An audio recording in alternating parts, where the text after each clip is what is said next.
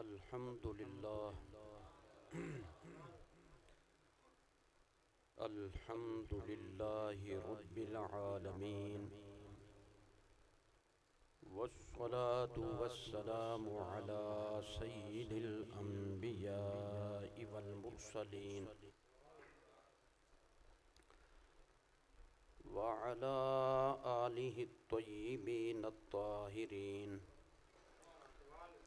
وأصحابه الهادين المهديين الراشدين المرشدين، وأتباعه وعلينا معهم أجمعين إلى يوم الدين. نشهد أن لا إله إلا الله وحده لا شريك له، ونشهد أن سيدنا وسندنا وحبيبنا وشفيعنا ومأوانا وملجانا ومولانا محمدا صلى الله تعالى عليه وعلى آله وصحبه وبارك وسلم عبده ورسوله. أما بعد فقد قال الله تعالى في الكلام المجيد والفرقان الحميد: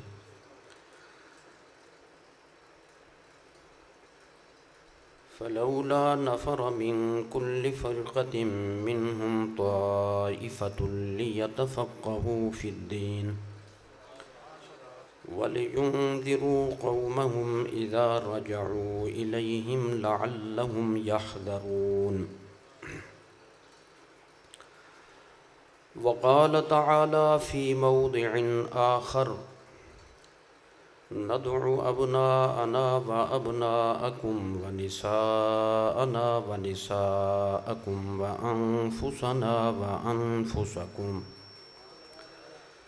ثم نبتهل فنجعل لعنة الله على الكاذبين.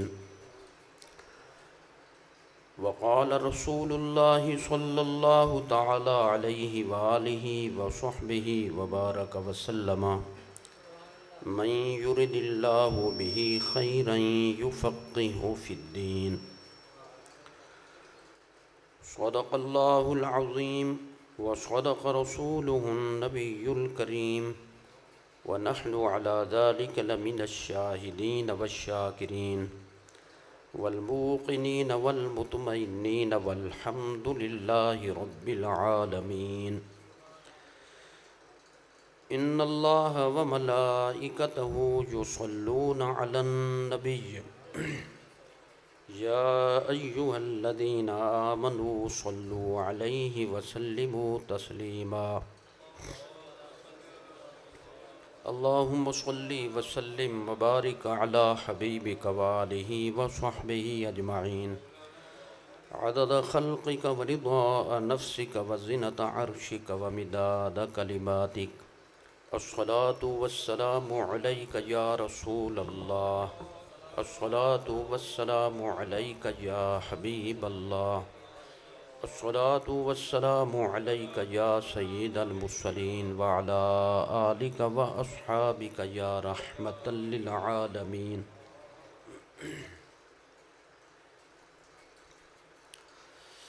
شعبان المعظم کا پہلا جمعہ ہے۔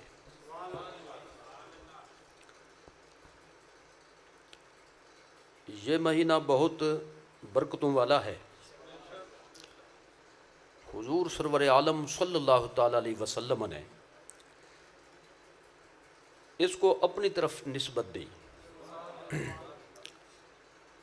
اور ایک موقع پر فرمایا: شعبان شہری، شعبان شہری، یہ ماہ شعبان میرا مہینہ ہے۔ تو حضور جس کو اپنی طرف نسبت دیں، جبکہ سرکار کا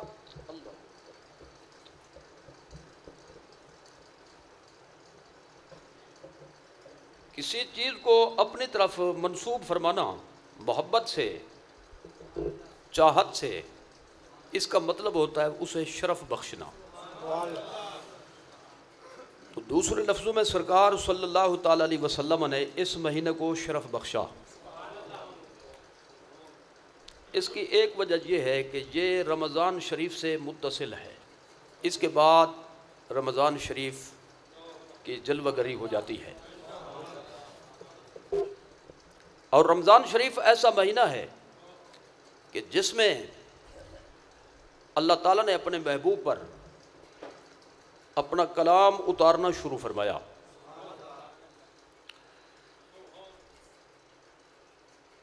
تو گویا کہ اس کا پس منظر در حقیقت اللہ تعالیٰ کا قرب ہے، اللہ تعالیٰ کا وصل و وصال ہے، اللہ تعالیٰ کی ذات سے محبت ہے۔ تو اس کے حوالے سے وقتاً فوقتاً جو باتیں ہیں انشاءاللہ ہر جمعہ پہ بیان ہوں گی۔ آج کے مختصر وقت میں دو باتیں آپ حضرات کے گوش گزار کرنی ہیں۔ ایک کا تعلق حضرت امام عالی مقام شہید کربلا سید الشہداء حضرت سیدنا امام حسین رضی اللہ تعالیٰ عنہ کے ذکر خیر سے ہے، اور دوسری بات کا تعلق امام المسلمین اوحد المجتہدین امام الائمہ کاشف الغمہ سراج الامہ حضرت سیدنا امام اعظم ابو حنیفہ رحمۃ اللہ تعالی علیہ کے ذکر جمیل سے ہے۔ مناسبت یہ ہے کہ شعبان المعظم کا جو پہلا ہفتہ ہے، ان تواریخ میں حضرت سیدنا امام عالی مقام کی ولادت ہوئی تھی، اور اسی کی ابتدائی تواریخ میں حضرت امام اعظم کا وصال ہوا۔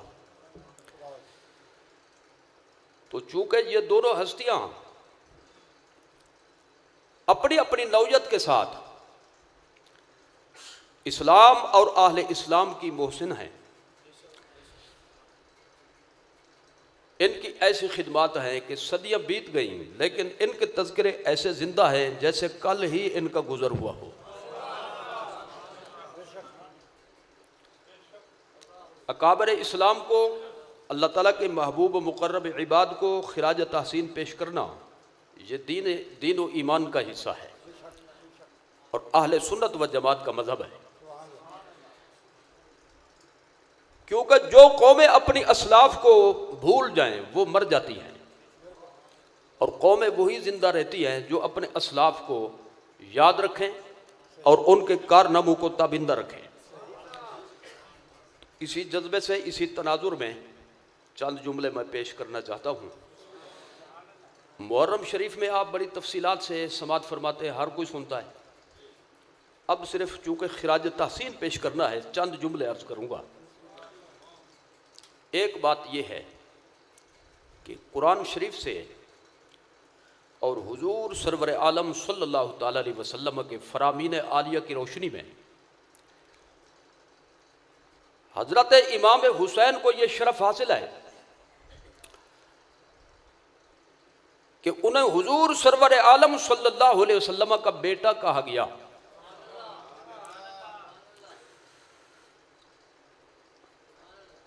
آیات مباہلہ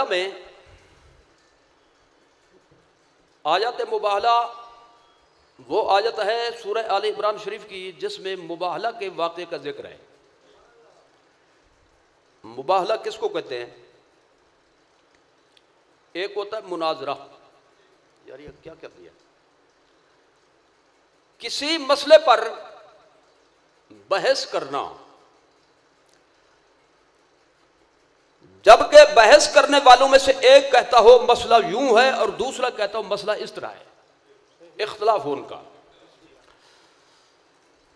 بحث جب ہو جائے اور پھر بھی جو باطل فریق ہو وہ اکڑا رہے اور حق کو تسلیم نہ کرے، تو آخری آپشن یہ ہوتا ہے کہ دونوں فریق ہاتھ کھڑے کر کے اللہ تعالیٰ سے یہ دعا کریں کہ ہم میں سے جو باطل ہو، جو غلط ہو، جو ناحق ہو، اتنی مدت میں وہ ذلیل ہو کر مر جائے۔ اس کو کہتے ہیں مباہلہ۔ تو رسول اللہ صلی اللہ علیہ وسلم کے ساتھ عیسائیوں نے مباہلہ کیا تھا، یعنی کیا تھا کا مقصد ایک تیار ہو گئے تھے۔ واقعہ جو ہے رونما یعنی پایا تکمیل کو نہیں پہنچا تھا، وہ تیار ہو گئے تھے۔ میں تھوڑی سی اس کی تفصیلی عرض کر دوں، کیونکہ یہ تھوڑا ہے کہ آپ صبح صبح قرآن شریف کا ترجمہ اور اس کی تفسیر پڑھتے ہوں گے، کیونکہ ماشاءاللہ اخبار سے تو فرصت نہیں ملتی، اسی طرح ماہنامے سے، جرائد سے، دوسرے رسائل سے فرصت نہیں ملتی، تو اس لیے بیان کرنا پڑے گا۔ یعنی یہ ہمارے ذمہ ہے، ایسا ذمہ ہے کوئی سنے نہ سنے پکڑ کر سنانا پڑے گا، اور بحیثیت مسلمان کو بھی سننا پڑے گا۔ مختصر خلاصہ یہ ہے کہ نجران نامی ایک علاقہ ہے، اب بھی موجود ہے، وہاں کے عیسائیوں کا ایک گروپ رسول اللہ صلی اللہ علیہ وسلم کی خدمت میں آیا تھا۔ رسول اللہ صلی اللہ علیہ وسلم نے انہیں اسلام کی دعوت پیش فرمائی، وہ بحث پر اتر آئے، اور آپ کو معلوم ہے، ہونا چاہیے کہ عیسائیوں کا جو مابہل امتیاز مسئلہ ہے وہ یہ ہے کہ وہ حضرت عیسیٰ علیہ السلام کو معاذ اللہ ثم معاذ اللہ اللہ تعالیٰ کا بیٹا کہتے ہیں۔ قالت النصارى المسیح ابن اللہ، قرآن شریف میں یہ مسئلہ مذکور ہے کہ عیسائیوں نے یہ کہا کہ حضرت مسیح یعنی حضرت عیسیٰ علیہ السلام اللہ کے بیٹے ہیں،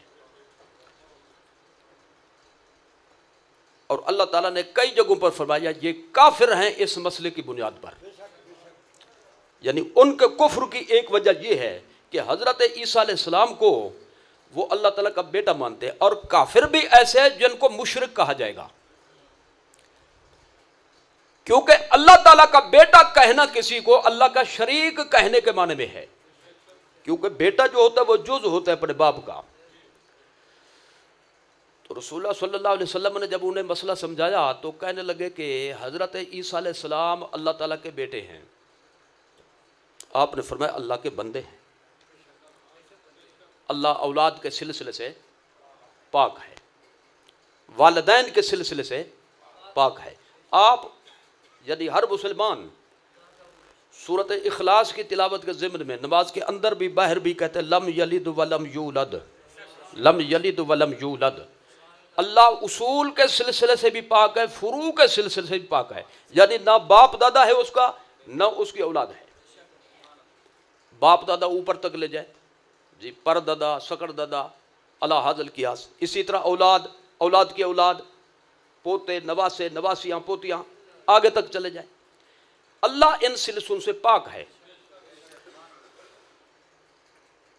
جب رسول اللہ صلی اللہ علیہ وسلم نے ان سے یہ فرمایا کہ آخر تمہیں اس کے ماننے میں پرابلم کیا ہے، تو کہنے لگے جی پرابلم یہ ہے کہ اگر عیسیٰ علیہ السلام خدا کے بیٹے نہیں ہیں تو ان کا باپ بتائیں،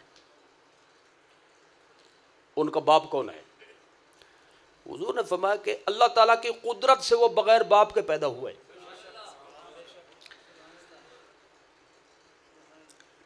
کہنے لگے نہیں، عیسیٰ علیہ السلام کا جو باپ ہے وہ اللہ ہے، کیونکہ ان کا کوئی اور باپ نہیں ہے۔ سرکار نے فرمایا اچھا، جس کا باپ نہ ہو، جو باپ کے بغیر پیدا ہو، وہ اللہ کا بیٹا ہوتا ہے۔ اگر یہ صحیح ہے تو جس کا باپ بھی نہ ہو اور جس کی ماں بھی نہ ہو وہ کس کا بیٹا ہوگا؟ تم تو صرف باپ کی بات کرتے ہیں نا، باپ نہ ہو تو اللہ اس کا باپ ہوگا، تو جس کا باپ بھی نہ ہو، جس کی ماں بھی نہ ہو، تو وہ کس کا بیٹا ہوگا؟ کہنے لگا ایسا بندہ کون ہے؟ فرمایا آدم علیہ السلام تو ہے۔ اس پر وہ خاموش ہو گئے، ساکت ہو گئے، مبہوت ہو گئے، جواب نہ بن پڑا، زبانوں پہ تالے لگ گئے۔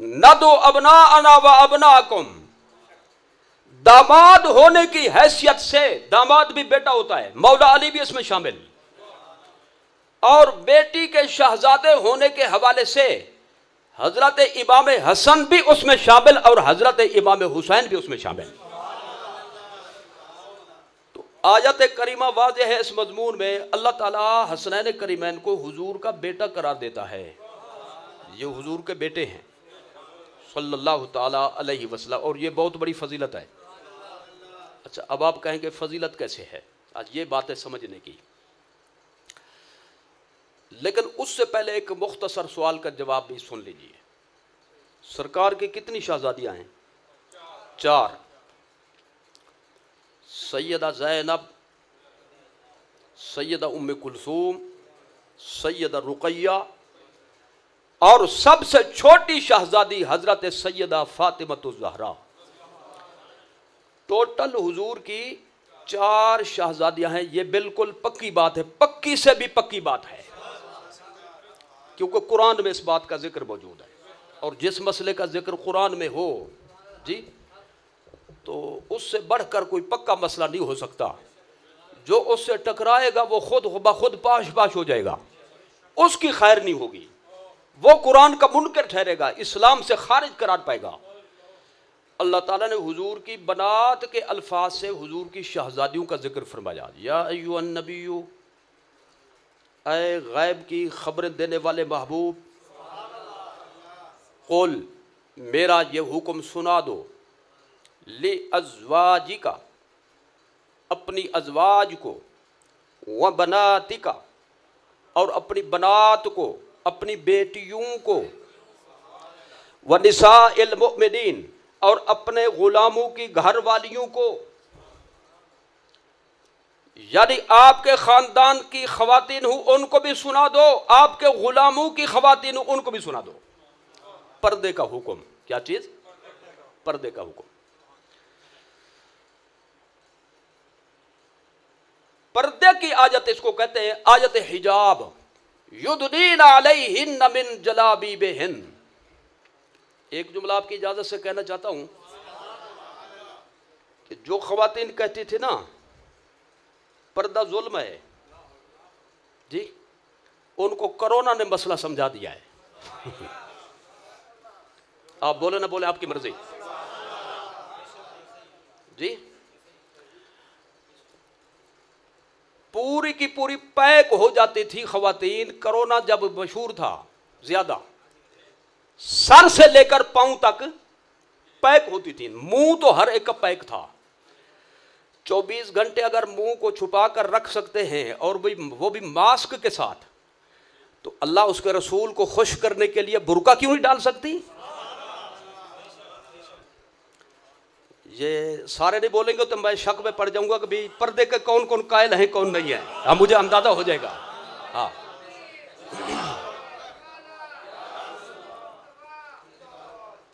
اب ان کا حال دیکھو، یہ ابھی پچھلے ہفتے انہوں نے آزادی مارچ نکالا ہے، عورت ڈے جی، جتنی بے حیائی تھی ساری کی ہے، اور جتنی خرافات تھی ساری بکی ہیں۔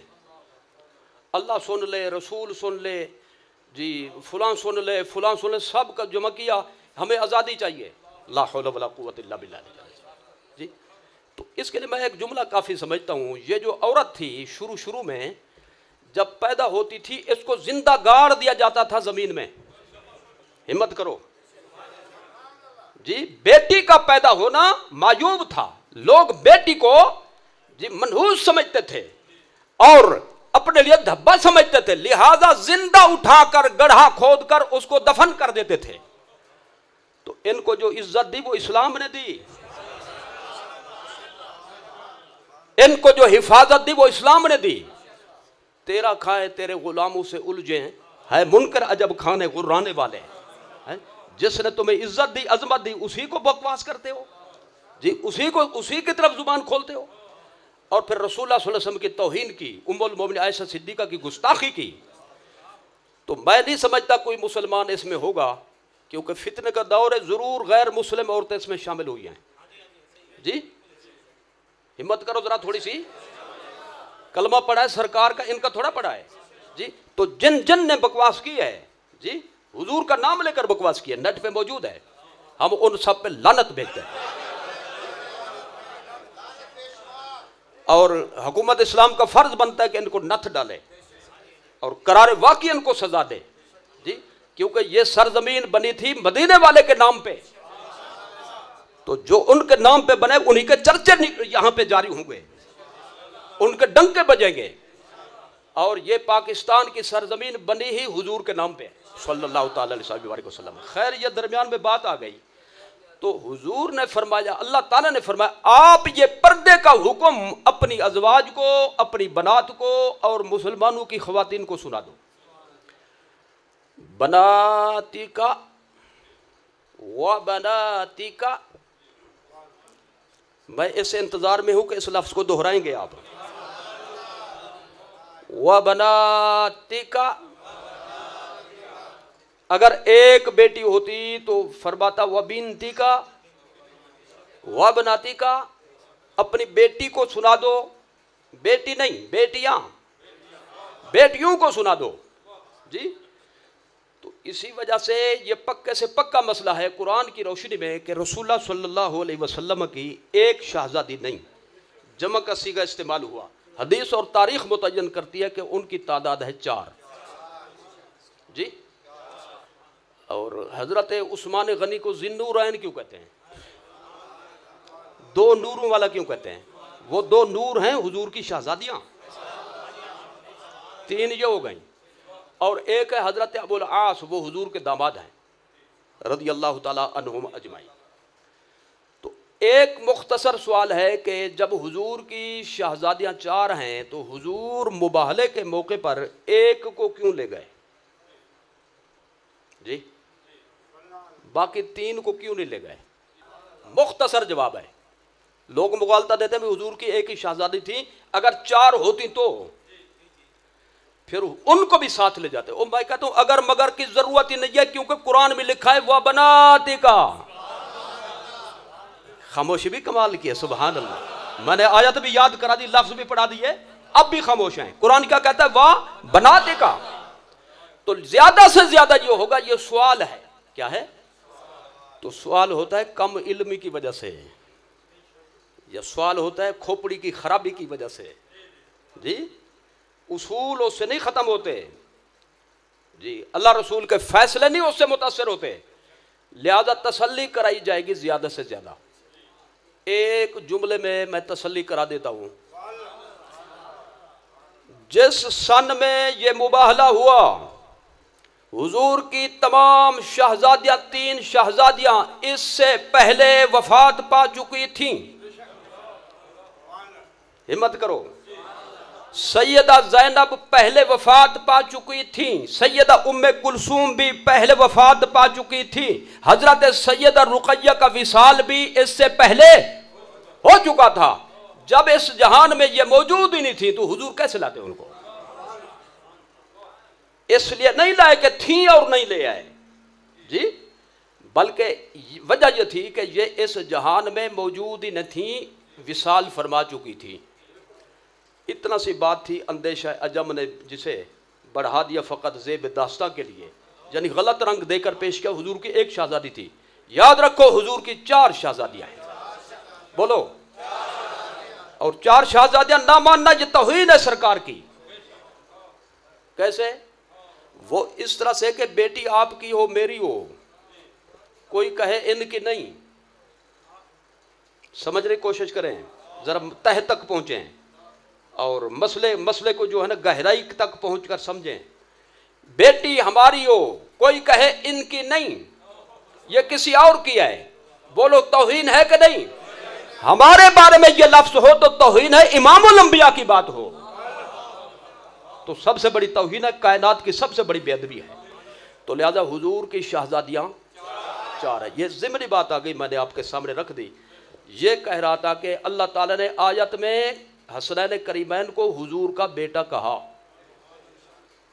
حدیث ساتھ ملائیں، حضور نے فرمایا ہاذانی ابنایا، ہاذانی ابنایا، امام حسن اور امام حسین کی طرف اشارہ فرما کر کے اس وقت بتایا جاتا ہے جب دیکھنے والے بھی ہوں. مسجد میں کوئی بھی نہ ہو، میں کو یہ مصلی ہے دیکھ لو، کس کو دکھاؤں گا جی؟ کوئی بندہ موجود ہے، میں کو یہ لاؤڈ سپیکر ہے دیکھو، کس کو دکھاؤں گا؟ تو اشارہ اس وقت کیا جاتا ہے جب کسی کو بولو دکھانا مقصود ہو. تو رسول اللہ صلی اللہ علیہ وسلم نے حسنین کریمین کی طرف اشارہ کر کے فرمایا یہ میرے دونوں بیٹے ہیں. اچھا یہ پچھلے پتہ ہے سبحان اللہ کیوں نہیں کہہ رہا، میں بتاؤں جی؟ تو آپ بھی سننا چاہیں گے تو بتاؤں گا نا یار. یہ کیا بات ہے، خام خواہ ٹھوسنا تھوڑا ہے. وہ یہ سوچ رہے ہیں کہ جو نواسا ہوتا ہے وہ بیٹا ہی ہوتا ہے. بولو، جو نواسا ہوتا ہے وہ بیٹا ہی ہوتا ہے. وہ تو جس کا بھی نواسا ہو اس کا بیٹا ہے بیٹی کی نسبت سے. تو یہ کوئی فضیلت کی بات تھوڑی، اہم بات تھوڑی ہے، یہ سمجھنے کی بات ہے. نواسے کے حوالے سے نہیں فرمایا حضور نے، اور نواسے کے حوالے سے قرآن نے نہیں فرمایا، بلکہ حضور کے نسب کے وارث و امین ہونے کے حوالے سے فرمایا. دلیل اس کی یہ ہے کہ ایک حدیث میں دونوں باتیں ذکر ہیں، ہذان ابنایا وابنا بنتی، ہذان ابنایا وابنا بنتی، یہ دونوں میرے بیٹے ہیں اور میری بیٹی کے بھی بیٹے ہیں.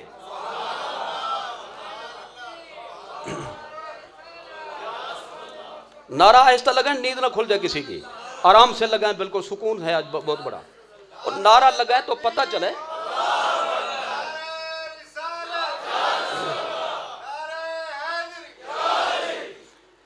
نواسا بھی بیٹا ہوتا ہے، لیکن حضور نے جب دونوں باتیں فرمائی، میری بیٹی کے بھی بیٹے ہیں اور میرے بھی بیٹے ہیں، تو دو دفعہ کیوں فرمایا؟ اس میں حکمت تھی ایک، وہ مسئلہ یہ تھا کہ آپ کو پتہ ہونا چاہیے، سب کو معلوم ہے کہ کسی کا بھی جب نسب آگے چلے تو وہ چلتا ہے بیٹے سے. کیسے چلتا ہے؟ اور اولاد کی جو قوم ہوتی ہے وہ ہوتی ہے باپ سے جی. والدہ کی قوم اور ہو، والد کی قوم اور ہو، تو جو اولاد ہوگی اس کی قومیت کون سی ہوگی؟ باپ والی جی. تو نسب چلتا ہے بیٹے سے جی، نسب چلتا ہے بیٹے سے. تو اب مسئلہ یہ تھا، رسول اللہ صلی اللہ علیہ وسلم کے بیٹے ہوئے، اللہ نے دیے. ایک روایت میں 4 تھے، ایک روایت میں 3 جی. حضور کے 4 شہزادے یا 3 شہزادے، لیکن بچپن میں ان کی وفات ہو گئی. اس میں بھی بہت بڑی حکمت تھی. جوانی کو نہیں پہنچے، بچپن میں وفات ہو گئی. اللہ نے بیٹے دیے. بیٹے نہ ہوتے تو کوئی معترض اعتراض کر سکتا تھا کہ بیٹا نہ ہونا کسی کمزوری کی بنیاد پہ ہوتا ہے. بیٹو والوں سمجھ گئے یا نہیں سمجھ گئے جی؟ کوئی طبی کمزوری ہوتی ہے جی، بیٹیاں ہی بیٹیاں ہوں طبی کمزوری ہوتی ہے، بیٹے نہ ہوں تو بندے کے اندر کمزوری سمجھی جاتی ہے، یہ عیب ہے. اور حضور تو محمد ہیں صلی اللہ علیہ وسلم، اور محمد کہتے ہی اس کو ہیں جو ہر عیب سے پاک. بیٹے دیے تاکہ اعتراض نہ ہو سکے، لیکن پہلے سنبھال لیے. اللہ نے ان کو پہلے اپنے پاس بلا لیا. وجہ اس کی یہ تھی، اگر یہ جوانی کو پہنچتے تو ایک فتنہ کھڑا کر سکتے تھے غیر مسلم جی. فتنہ کیا کھڑا کرتے؟ فتنہ یہ کھڑا کرتے کہ نبی کا بیٹا نبی ہی بنتا ہے، نبی کا بیٹا نبی ہی بنتا ہے. راستہ کھلتا تھا ختم نبوت کے خلاف. ہمت کرو سمجھنے کی. تو اللہ نے وہ راستہ ہی بند کر دیا. بچپن میں پہلے ہی اپنے پاس بولا، نہ جوانی کو پہنچیں گے نہ کوئی غیر مسلم یہ فتنہ کھڑا کر سکے گا، مغالطہ نہ دے سکے گا. تو بیٹے دیے تاکہ اعتراض نہ ہو، پہلے سنبھال لیا تاکہ ختم نبوت پہ کوئی اعتراض نہ کر سکے. تو آگے پھر یہ مسئلہ تھا کہ نسب شریف تو پھر ختم ہو گیا نا، خاندان تو ختم ہو گیا نا. تو فرمایا میرے محبوب اس کا متبادل میں آپ کو یہ دے رہا ہوں، تو ممتاز، تیرا خاندان بھی ممتاز، تو انوکھی شان والا، تیرا یہ مسئلہ بھی انوکھا. ہر ایک کا نسب چلتا ہے بیٹے سے، تیرا نسب چلے گا تیری بیٹی سے، بیٹی سے، بیٹی سے. لہذا حضور نے فرمایا یہ حسن و حسین صرف میری بیٹی کے بیٹے نہیں، میرے بھی بیٹے ہیں.